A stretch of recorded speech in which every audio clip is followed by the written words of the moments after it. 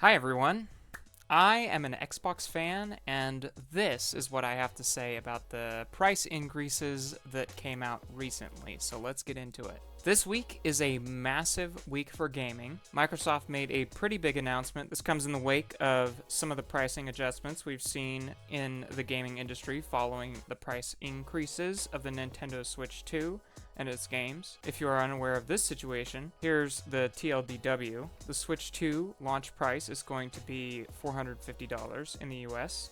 Games, at least the first party ones, are going to be $80, and accessories like Joy-Cons are going to be $90, which is insane. So, what's the big news for today? Well, Xbox is raising prices for basically everything in their lineup.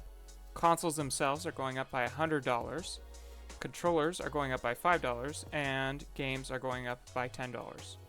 So, we have the Series S at $380 for the 512 model, the Series X at $600, and the Special Edition Series X in Galaxy Black at $730. The additional $10 for games also means that we're going up to $80 for a single game. Lord Gaben is looking pretty schmexy right now, to be honest. Oblivion Remastered just released for $50, so we know good stuff is still possible with low prices. And honestly, it's a little surprising to see this price increase after that came out. And Xbox got so much aura for all that low pricing. Okay, so what do I think? Well, I have the Galaxy Black Series X. I got it for $600 a few months ago, right when it came out, and I freaking love it.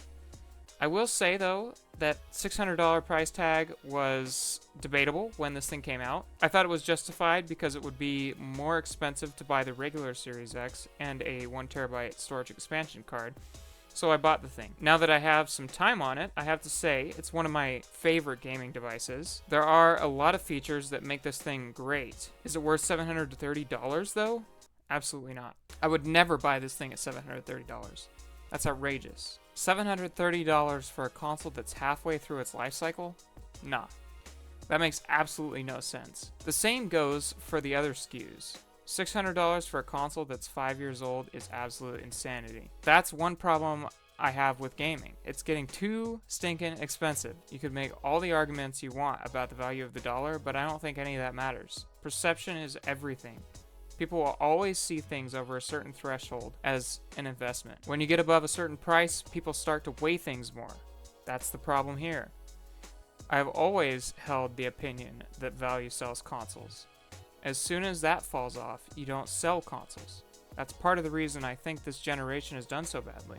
Consoles haven't decreased in price. They hold their value, or in this case, increase. That's not how tech works. These are depreciating assets. They aren't supposed to hold value. The other thing is, I think consoles appeal most to people who have less money. Many adults have less money, but basically all teens and children fall in this category. They often don't have an income of any kind and rely on gifts and birthday money. When you increase prices this much, it moves gaming way out of their reach. So my opinion of the console situation is that this sets a bad precedent for the future of gaming and consoles. Prices aren't going to come down. $600 for a console is the new norm. I would be extremely surprised if PlayStation didn't join the club, to be honest with you. I also think that this is especially bad for the next generation of consoles.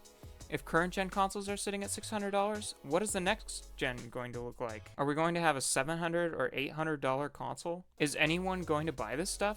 I mean, the new $730 price tag on the Galaxy Black X makes the price of the Switch 2 seem downright reasonable. Now, I do think that we are going to see Xbox pull through this price increase. I think we've seen other companies weather much worse storms, and of course Xbox has Game Pass, which sort of acts as an ace up their sleeves. So this leaves us with what we think about the future of gaming. Honestly, it's kind of hard to say. This generation has been trend breaking. Consoles usually drop in price throughout the generation. This time they didn't. The console market usually grows, and this time it seems stagnant. We'll see what it looks like, but if I had to speculate, my guess would be that the gaming industry is going to keep doing what it has been doing.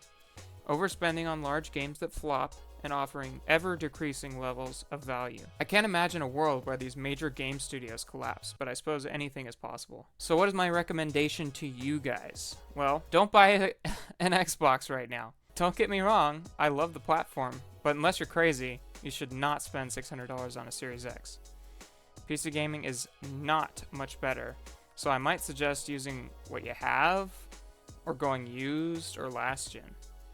Now, is simply not a good time to be getting into gaming, but if you are, look to back catalogs, the used market, and Steam, I guess. Well, that's it. I kind of think it sucks.